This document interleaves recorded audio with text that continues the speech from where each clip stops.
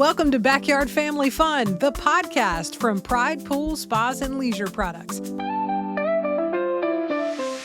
In Claxton and Savannah, Georgia, celebrating 50 years serving our community, this family-owned business has spent decades helping create memories that last a lifetime.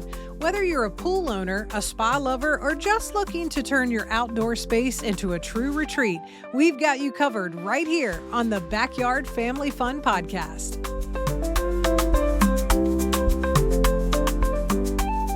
And as a crazy awesome deal for our Backyard Family Fun podcast fans, you get 10% off anything inside either location in Claxton and Savannah, excluding pools, hot tubs, or saunas when you mention the podcast. That's all you have to do. Go and visit the Claxton or Savannah Pride Pools, mention the podcast, and get 10% off. Now that's a reason to celebrate.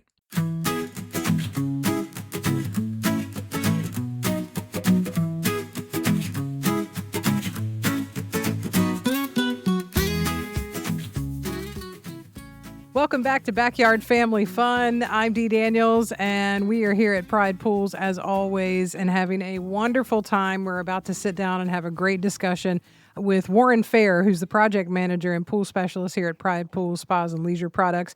We're in the Savannah location recording today, and we're very excited because our next set of recordings are going to be out at the Claxton location. So if you are around and want to stop by, you never know, you might see us right here in the showrooms. Warren, welcome to the show. Thanks for being here. Hey, thanks for having me. This is I'm really excited to talk about this because we're going to really dig into sort of the anatomy of a custom built pool and step by step how that goes. And I hear you are the expert for sure to get in touch with regarding that process.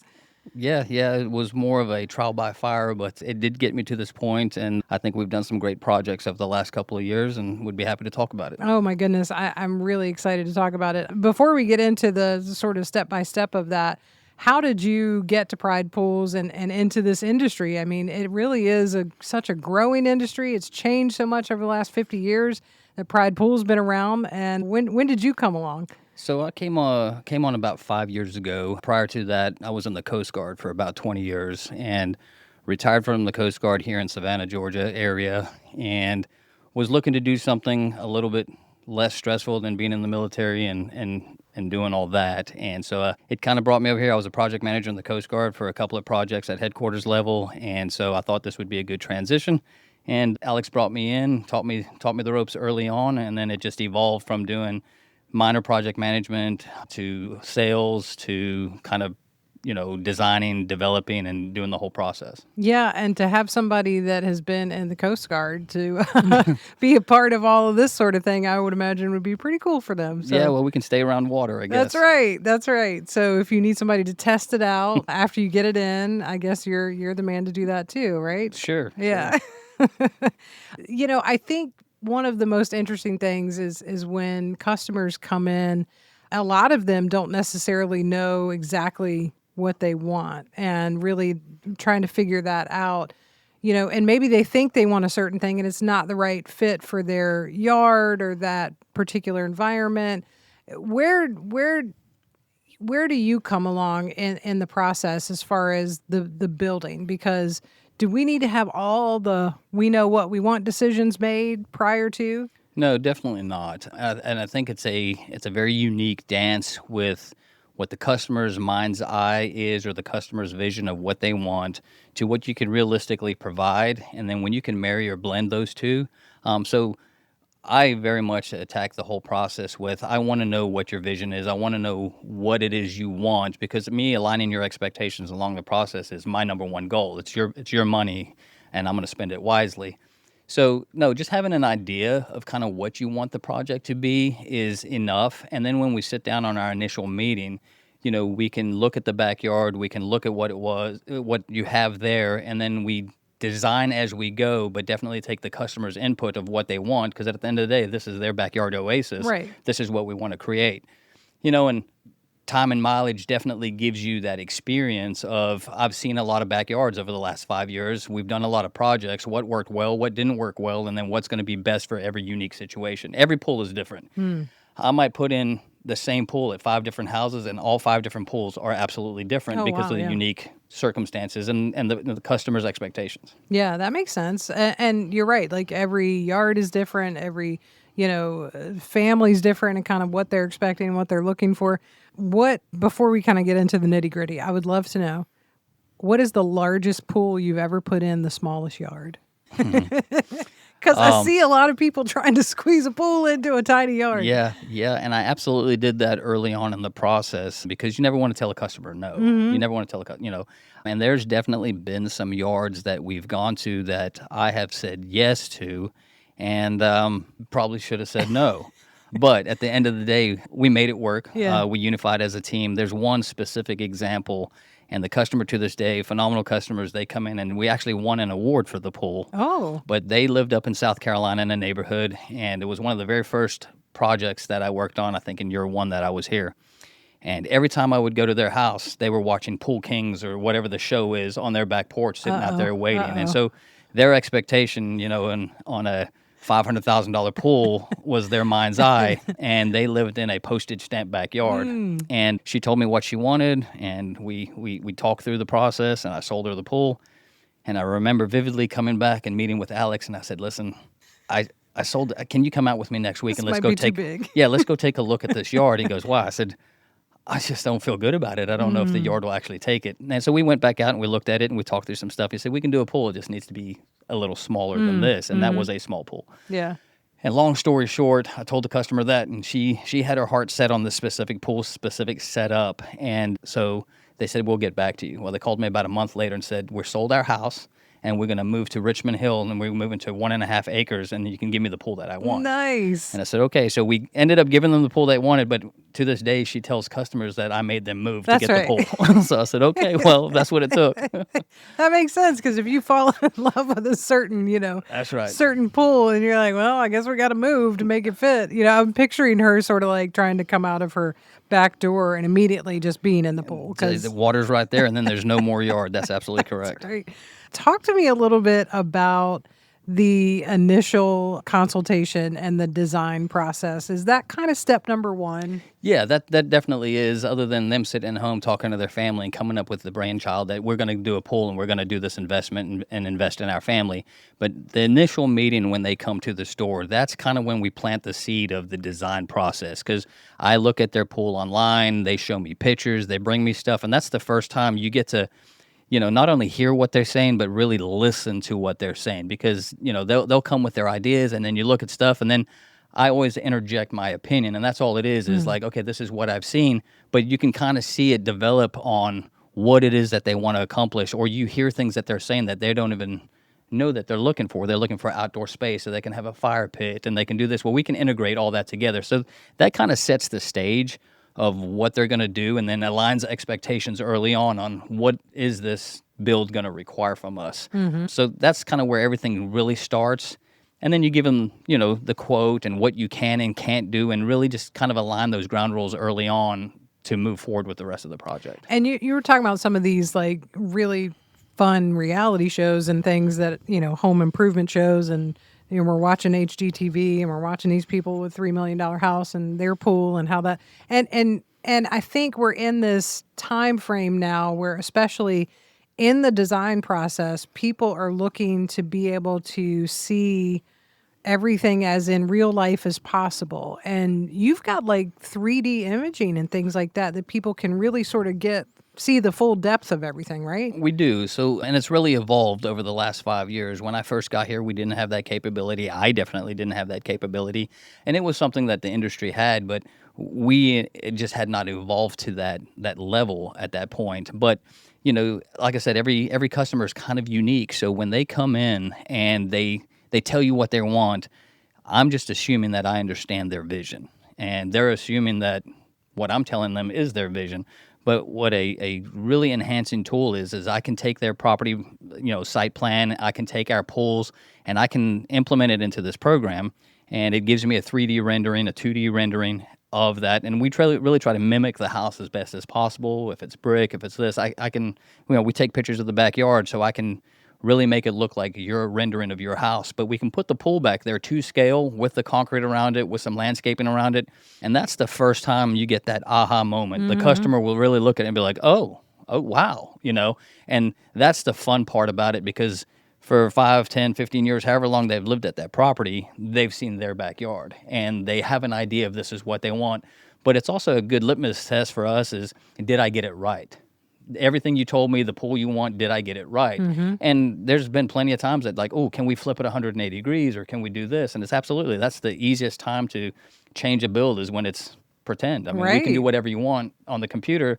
So that way, when we do go break ground and make a mess out there, it's the right mess. Yeah. Oh my gosh, that's the perfect time to do all of that and to be able to see it in that sort of real life imaging. That's just fantastic. I might be jumping ahead, but I have a question about, is the design process, that early process, is that the place where we're also talking about, like, I'm thinking about my backyard and, I want the pool in this spot, but I'm not sure the land is right for this spot. Like, so it's really high on this side and, really low. Are you talking about that in that stage at all? We are. If they come in, and some customers don't even have that reality. They don't even take those things into consideration, and those are the things you learn along the way. That's that wisdom from doing builds over time. Mm-hmm. But definitely yard elevation, the way the yard falls, maybe water runoff of the house, all those things are pivotal decisions that you got to make for a pool placement. If there's no gutters on the back of the house, and you get seasonal rainfall that comes off there and end up running in on your pool, or around your pool, that is definitely something for the health and the longevity of your pool you want to take into consideration. So we talk about all those things. Yard elevation or dips and valleys in the yard is not necessarily a big deal, because let's be clear, I'm going to pull out a lot of dirt out of the ground and I'm going to change the topography of your backyard. So some people have a really low spot and it's caused them issues for years.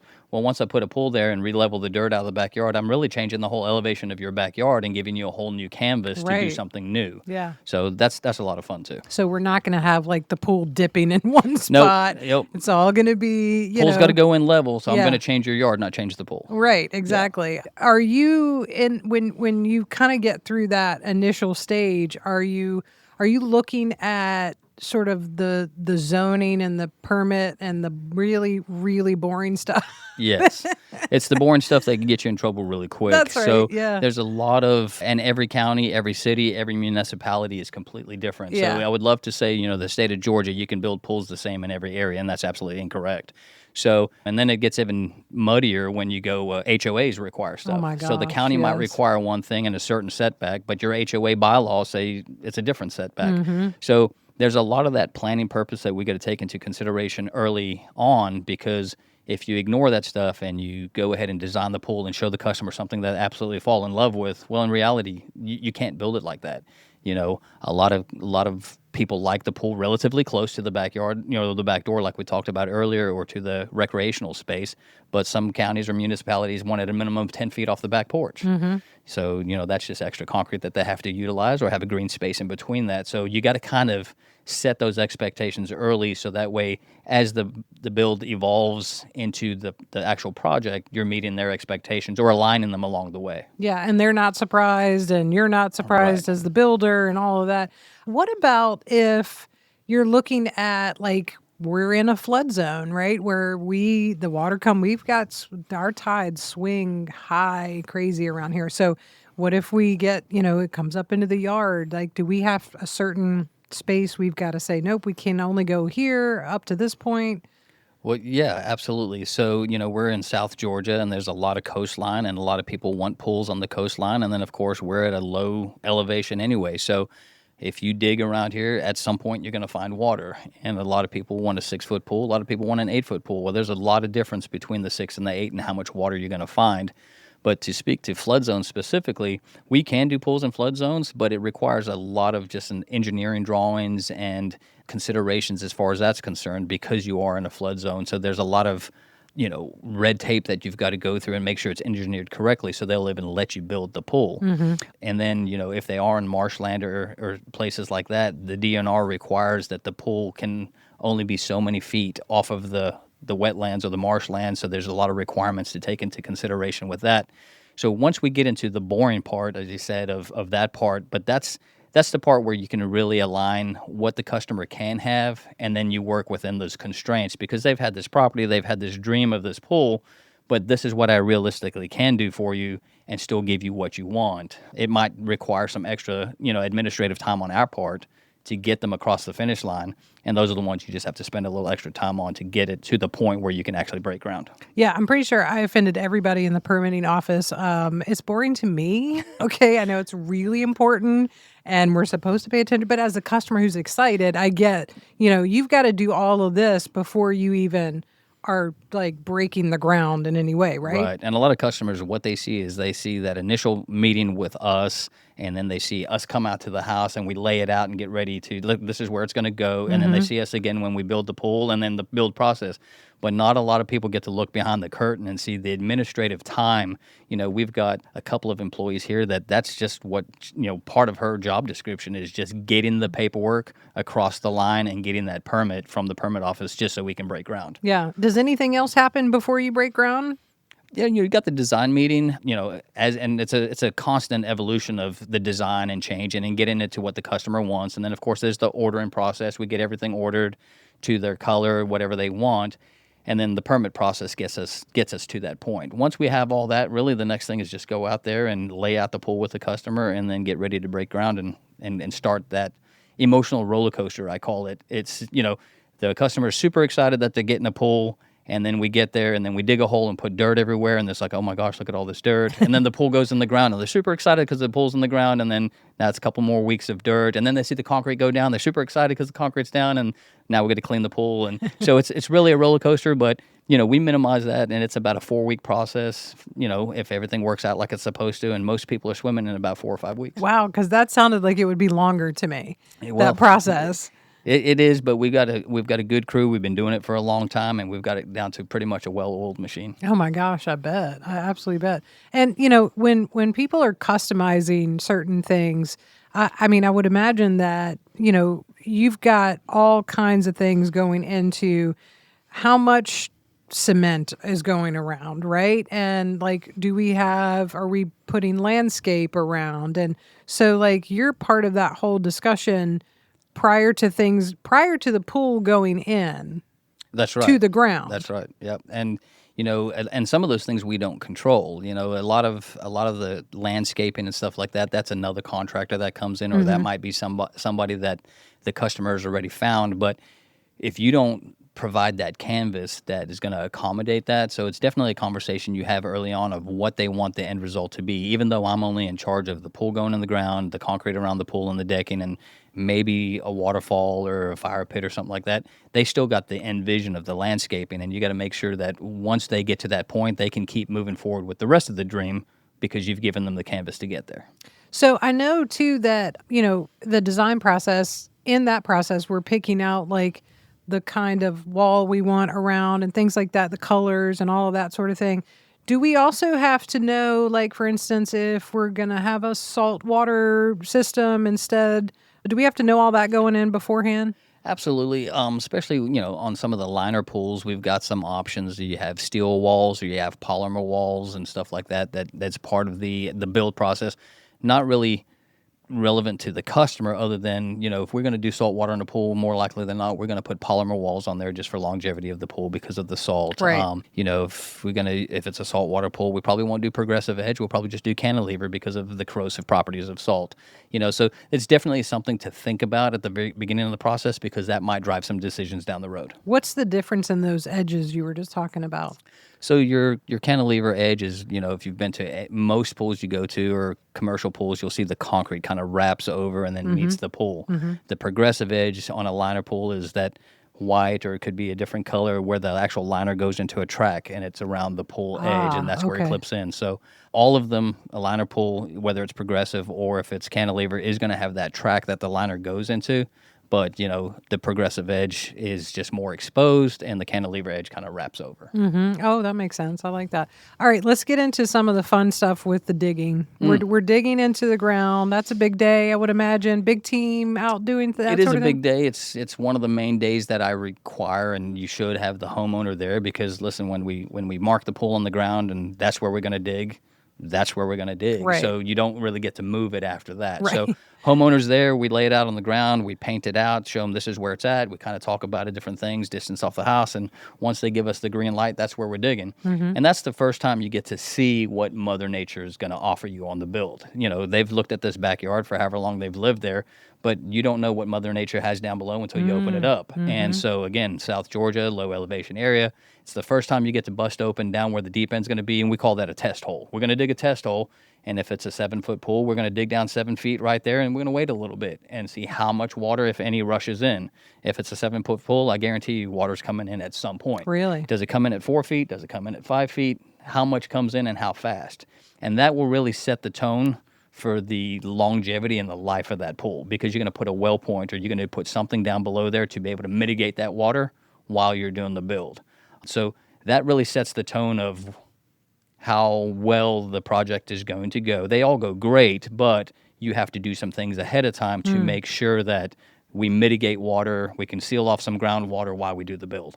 2 questions. One is, have you ever found Jimmy Hoffa when you're doing the digging? Still looking. Okay. Number 2 is, so you're watching the water coming in because you're digging in so deep. Like, what do you do? Like, how are you stopping that? What do you do from there? You don't stop it, you just deal with it. Okay. So, then you put gravel. So if water's coming in, we'll put a well point down there, which is a plumbing system that we've designed and developed over the years to really be able to deal with water influx into the hole. And then we pump it out. So you've got this plumbing underneath the gravel, and then the water is going to the path of least resistance. You got to figure this ground has been sealed up forever. Right. So once you punch a hole in the ground, the water that's in the surrounding area that's in the soil is going to go path of least resistance. It's going to fight its way to the hole. And once it goes there, it just starts coming in. And majority of the time, 90% of the time, it's a slow trickle. It's just a slow trickle of moisture coming in. But when you place the well point in the ground and you have the gravel associated around that gravel lets the water filter into the lowest point, which is where your plumbing's at, and then you're just pumping it out. It keeps everything dry during the build. Once you put the water in the pool and the pool is finished, you have all that hydraulic pressure pushing down, which actually keeps the water away from that area. But if you were to ever change the liner out or do any maintenance to the pool, you would never alleviate the water that's in the pool before you evacuate the water under the pool. Because once you change those hydraulics, that's when you'll have ground problems. So any pool that we have a well point on, if we do maintenance, change out a liner in 8 to 10 years' time, we automatically put the pump on the well point, evacuate water from under the pool before we take any hydraulic pressure out of the pool. Ooh, that's just a science is what that is. That's crazy. That's years and years and years of wisdom. That's a lot of stuff. I mean, but it really, and you guys can do that in such a short amount of time. Obviously, you have it down, and it just amazes me as how much goes into it. I'm not sure that like the average person who's never had a pool put in their backyard, but they might be thinking about it. They just don't know how much planning goes into this so that you can have a quality pool that's going to last, so you're not going to have a lot of problems pop up out of nowhere, and kind of ruin your dream here. Yeah, and that's exactly right. And that's what, from conception of the pool going in the ground to the actual dig day, we talk about all these things. And does the light bulb actually go off? No, but not in that initial meeting, but in our initial meeting, I want a 7-foot deep pool. We talk about rock, we talk about groundwater, we talk about these things, but you really get to see the appreciation from the customer's perspective, because we see it every day. Groundwater's not a big deal. We just know how to deal with it. But once you dig that hole and the customer's standing there, you bring them over to the edge of the hole and we both look down there and we say, okay, you see that water come? Oh my gosh, that's what you were talking about. Absolutely. Well, what are we going to do? Well, this is that well point we talked about, and we'll put it in and we'll have it mitigated by this evening and we'll get ahead of it. And the pool goes off because they have that trust and confidence in that we know what we're doing because we've talked about it so much. And there's no surprises, like, okay, we need 6 tons of rock to put in the bottom of this hole. You've already discussed it early and often with them throughout the process. So it's just a good transition throughout. So follow-up question on that. Like, you're talking about putting gravel down. Is that how you know how much gravel you have to put down? Yeah, it's not an exact science. It's just over time, a 16 by 32 pool or a 14 by 28 or an 18 by 36, it's just the pool is going to dictate, and the amount of water, so I might do a 16 by 32 pool that needs 4 tons, or I might do a 16 by 32 that needs 6 to 8. It just depends on how much water and how aggressive it's coming in and what level it's coming in. If it's a 6-foot deep pool and it's coming in at 5.5 or 6 feet, it's probably a nominal well point of about 4 or 5 tons. If it's coming in at 3.5 feet and I got to take gravel all the way up the slope, it's a lot more rock. Right. That makes sense. Are we at the point where we get to see the big shell coming in and No, so that we're at the point right there where you're either just looking at the hole that's excavated and it's okay. slightly bigger than what is happening because you have an overdig. You've got to be able to walk around it and plumb it. Mm-hmm. So we align those expectations too with the customer. They see us dig the hole and like, oh my gosh, this is huge. Well, no, there's an overdig and you got to be able to maneuver around it. But they get to see the shape kind of come into life, whether it's a free form pool or it's a rectangle pool. They kind of get to see the shape. But that's part of that emotional roller coaster. They kind of see things happening, but the it hasn't really happened yet. But then usually the next day you start standing walls if it's a liner pool, or that Wednesday the shell comes in and they actually get to see their pool for the first time. It comes in on a crane, it gets lowered into the hole, and then they can kind of see things starting to develop. Yeah. So, I mean, if it's my pool and it's coming to my backyard, I am waiting for you at the end of the street when the crane comes. It's a big parade. I'm cheering. It's a whole thing. Like, that's got to be an exciting time. Shells coming in and we're getting ready to drop this baby. Yeah, we kind of take advantage of it because we see it all the time. We see Right. it every week. But you go to these neighborhoods that they've been waiting for a pool for a long So time. fun, They've put right? it on the Facebook page. All the neighbors are out there. We've had customers put drones in the air and actually Yes. watch us put it in the hole. So they really appreciate it. That's a lot of fun. Oh, that would be me for sure. Like, I'm just like setting off fireworks. It's a whole thing. Got the grill going. I'm feeding everybody. So the shell comes in. How long does that take to just place in? Is that a very careful process, or is it like, look, we already know how this is going to fit. It's just going straight in? It is a very careful process because, like I said, you've got 5 of the same pool, all 5. The hole's going to be excavated the same, but every house is different. But really, from the time the crane shows up to the time it's in the hole and the crane is left, it's usually about 45 minutes to an hour and a half. If it's a straightforward job, you take the pool off the trailer, you lift it over the house, you lower it carefully into the hole. The grade of the hole or the slope of the hole is specifically cut for that pool. Okay. So because every pool has a depth change. You have a shallow end and it goes down to the deep end. So that part at the very beginning is surgically cut and designed by the install team to make sure that they've got the grade lines or the elevation lines of as the pool gets deeper and deeper and deeper, the gravel is at the appropriate level too. So when you take that pool and you drop it in the hole, it fits like a glove. It's custom cut to that pool. Right. Yeah. Woo. Yeah. That is a careful process, actually, now that I'm thinking about the slope from the shallow end to the deep end, because the gravel's got to stay. And you don't want any voids under there. Yeah. Otherwise you'll feel the voids. And then when it does go in the hole, say we're tying it into the concrete on your back porch. Well, how high did we put that pool? And, it's because we're going to marry the concrete up to that. So all those things are done in the beginning to make sure that once that shell goes in the ground, everything fits like it's supposed to. Oh, no doubt. That is a very delicate little process, a big process, not little. Okay, so are we at the point now? So the shell goes in. Or is there any sort of testing that happens after that? Or do we just go straight into sort of like hooking things up, like plumbing and that sort of thing? Yeah, so the shell will go in, and then, over the next couple of days, again, we're checking and make sure everything's level because, once you put the water in the pool from the deep end to the shallow end, if it's out an inch, you're going to see it because the water level on one side of the pool is going to be completely different than the other side of the pool. So you're checking elevation all the way around. Once you've checked your elevation, now you block and level the pool to make sure that once you put the water in there, nothing's settling and everything is, within the tolerance that we like to have. Once that's blocked and leveled, you continue to full the pool a little bit, and then we'd go into the plumbing process and starting to put the plumbing, the lines in for all that, the associated lights and electrical for the different lights around the pool, and that's basically the next phase or the next evolution. So in the design process, we have probably picked out certain lighting and things like that we want because, gosh, that's come a long ways over the years. I'm thinking Absolutely. about, all these fancy lights that they have now and how much more energy efficient they are. And so that already happened. So That's you correct. know what lights are going in, where, and all that. Yeah, the equipment's really picked out. It's really more location. How does the customer want the lights? Do you have them on the deep end so it lights up the whole pool? Do we have them on the house side so the light casts away? But yeah, definitely come a long way. It's not just a white light in the pool anymore. There's 15, 20 different color shows. There's different color lights. Automation's come a long way where you can drive the pool from your cell phone. You can turn That's heaters crazy. on and off. That doesn't really dictate the build process, but that's definitely part of the equipment package that they select as we move forward. Yeah, and it blows my mind every time I see something new coming out, and I'm just remembering, my first job, I had to stop at a payphone and call my job back because they paged me. You know what I mean? There you have And it. here Yeah. we are running our pools from our phones. You can run your pool from California and turn the heater on for the neighbor. It just blows my mind. So you're in that sort of electrical and plumbing phase. You are also installing what the pumps and the heaters and all of that is happening in that phase, right? Right. That's the part where, you've got the plumbing hooked up to the pool and now you're starting to bring everything back to the hub. That's the pump and the filter. That's the brains of the operation. Where's all that going to be on the side of the house?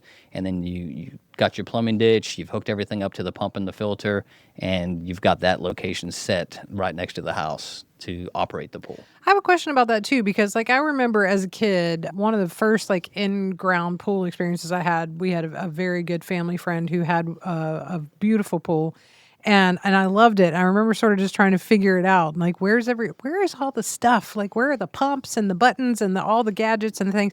Now, she had things sort of where they were run to a small pool shed or pool house, and it was all there. So that's a very interesting, I think, topic of discussion, because does it have to be in a certain spot, like in the yard? Can we have it in a shed? Do we get to decide that? you Yeah, know? yeah. I really try to leave a lot of that up to the customer. I mean, there's some hydraulics you have to take into consideration. A Mm, lot of people don't want to see that equipment. If yeah, I try to design a pool, I really don't want you to see it either. If you're sure. sitting in the pool, you just want to know you have a pool. We You don't want really to look don't at need to that. Yeah. we don't need to see the mechanics and the Yeah. heart of the system. It's just like when somebody drives up to your house. They don't see your air conditioner and all that Mm-hmm. stuff. It's in a little service yard. So we try to maintain that. But you do have to take things like hydraulics and distance from the pool. We try to keep everything within 25 feet of the pool. Sometimes you can't, or sometimes it just doesn't work out, and we have to make the distance a little further. And the variable speed pumps that we have today, we can kind of manipulate that a little bit, and change the speed that the pumps run at. But yeah, we put it around the side of the house, or we have put it. Somebody's had a shed and said that I want that to be my pool house, and we're able to do that too. And that's all when we do that layout meeting is when we talk about, okay, where do you want the equipment to be? I don't want it under the master bedroom window because I don't want to hear it. And so you kind of talk through all that during that process. Yeah, that's such an important process too, to figure that out, because I mean, I remember thinking there's no way that you can have all your pool equipment that's running the pool that far away from the pool, but you can, and it really can fit the kind of backyard oasis and outline that you're sort of looking for, and the environment that you're looking for in your backyard. I think that's really important to people now. It is, and it's important to a lot of HOAs. You go into some of these True. neighborhoods, and they want you to put the pump and the filter and the mechanics on the side of the house, but now you have to mimic or mirror the utility yard that they did with the house. So if it had some kind of barrier around it, it has to match the same. So we have to take those things into consideration, because the HOA will give you not the permit, but they'll give you the authorization to have the pool, but you have to meet their requirements too. So Yeah. you're really working for three different people. You're Yeah. working for the homeowner, the HOA, and then the county. Yeah, that's a nice hoop to jump through. Hmm. Hoops, should I say, to jump through. So are we now shifting to kind of final stages here, where we're doing sort of, now we're no longer sort of in the pool and in the ground. We're kind of doing things on the outside. Yeah, now you're kind of at the point where everything's starting to come to life. I mean, Mm-hmm. the customer now can see that there's a pool back there. They can see it starting to evolve and mature. Then you're talking about decking and the surrounding around the pool. So how much concrete are we going to put? Where is it going to go? How is it going to flow with the landscape of if they're going to do landscaping, is it going to tie into their back patio? Are they going to do a fire pit or a recreation area? So you're getting to that, and it's a pretty quick process from the time we've backfilled the pool and we're starting to form for concrete. Within 3 days, the concrete's down. The cool deck, we do a cool deck product on top, which really keeps the concrete cool. You can walk on it in 105 degrees, and it doesn't really burn your feet. Oh, And wow. it's really comfortable for the customer, and it can be in any color option really that they pick in the showroom. We can do two-tone. So it really, really brings a lot of aesthetic value to that, just not basic naked concrete. Right. So yeah, you kind of get into that part, and that's when everybody's starting to get really excited, because you're near the end of the project. It's been about 3.5 weeks. We're on week 4 now, and we're getting ready to turn the pool over and give it to the family that they've been waiting for. Man, I'm already excited about, that dance we all did when we were walking across hot concrete, Yes, no flip-flops on, and we're that's just right. like Yep. trying to get over to the other side of the pool. Man, that's a cool thing to have. Yeah, cool deck is definitely a great feature to have. I mean, Man, people like pavers and they like that other stuff, but the value of having cool deck is a great idea. I love that. I absolutely love it. I also love the fact that it seems like the team at Pride Pools is always working with the larger team for a pool. So you've always got the landscape piece and whatever other elements coming in to be able to fit into that design and into that time frame that you're trying to and like if you're a customer coming to Pride Pools and you're doing this whole process, their recommendation for this person coming in is going to be a good recommendation. You guys have worked with them before. Right. That I love. I think that's really great. Right. We really try to keep people around us that are known for excellence, that are known for pride in their work. And then, most of our stuff is all word of mouth because we've used them before. We've seen the work that they do. They work well with us. And we're just a cog in the wheel of the whole process because you have to have that landscape piece and everything else after the fact if you're doing an outdoor kitchen. So we're just proud to be a part of that process, but with the greater picture in mind. Yeah, no doubt. So, gosh, final steps. I mean, we're filling up the pool at some point, right? Yeah, yep. The pool it's a slow dance of filling it up as you go because as you backfill, you got to have water in Sure, there. right. But when you're down to the very end and you've done the concrete, you've done the cool deck, the pool pretty much has not been running this whole time because it's construction. It's just like if a new house build, when you walk through a new house build at the end, there's sheetrock dust everywhere and it's kind of dirty. So what we do is the concrete's done and everything, and then what we do is we bring in some professional cleaning team in at the end there. They really spend about a day. I mean, they really spend a day just cleaning up the little odds and ends, cleaning up the yard debris, cleaning up everything from construction, refeathering and raking the dirt. And we have a great team out of Claxton that they put their heart and soul into it. They really do. We walk away from the pool at that phase kind of happy with what we've done. But once you see the other crew come in and really finish it off before we hand it to the customer, you can tell they do it with pride. They're They the really polishers, do. right? Yeah, they are. come in They and put make that it. little finished touch on it. Yep. Yeah, and which is exactly what you want. Like That's when exactly right. if it's your house, you're walking outside and you want everything to just have that. Well, the customer really Brand new appreciates shine. it too. You spending all that money. Oh, for sure. You've seen the mess over 4 or 5 weeks, and you see it start to get tidied up. Mm-hmm. But then they come in there and they just put that little ping on the end. Absolutely. It really is such a neat process to get to know and really figure out. Obviously, all the equipment's been tested at this point. The water's in, things are working, things are ready. How long do you have to, I'm the kid in the house now. How long do I have to wait before I can jump in the pool? Yeah. You're really trying to calibrate that excitement, and when our project manager gets in there at the end, he's usually there the day that they're cleaning it up. Everything's getting finished. We're teaching you how to drive it, teaching you how to turn the pool pink or red, white, and blue. We're showing you all the buttons to push. You can turn it green on St. Patty's Day, whatever you want to do. We teach you how to drive all that stuff.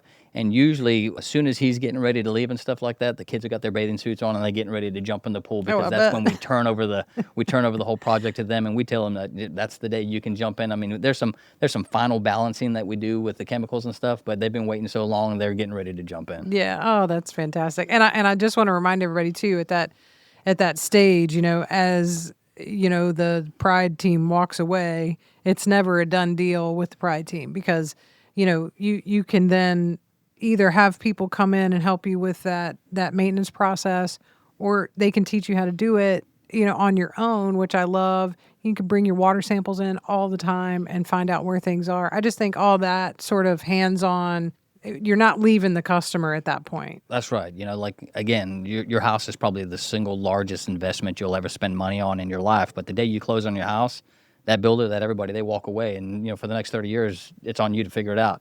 When you get a Pride pool, we have a full service staff. We have a full maintenance crew that can help you with that pool for as long as little as you need. One thing that we do with every pool that we build is for 4 weeks after we're done with the pool, part of your pool contract is we're going to come clean it for 4 weeks. That's just part of the build because it's, again, new construction. There's some, polishing touches that just, that sheetrock dust that's left behind for weeks. Well, we're going to make sure that that's cleaned up.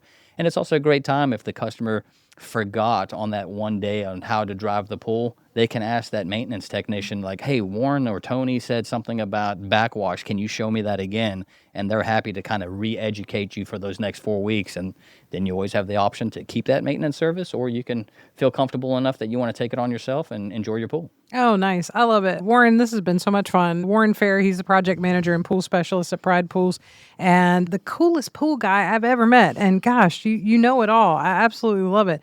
And, I think it is a testament just to what's going on here at Pride Pools, because, the quality is top of the line, and the customer relationship is at the forefront of everything. Well, yeah, it's and I think if you're going to take one takeaway from this, it's all about relationships. I mean, we're local, we're here, we've been here for 50 years, we're celebrating that this year, and it's all about that customer relationship where we're not going to leave you with your pool. We're always going to be here for you. And as a matter of fact, I think we're actually giving back this year. We're celebrating customers when we celebrate ourselves, and there's over $10,000 on certain models of pools this year that we're giving to the customers just to celebrate our 50th. So we've got some great deals this year if you sign up for us on our anniversary pool. So something really good to look at. Yeah, and we've got even some really cool specials just for the podcast fans. I know it's 10% off, so make sure you go into the show notes and get all that to get all the details on that. But thanks, Warren. This has been a lot of fun. It's been my pleasure. Thanks for having me.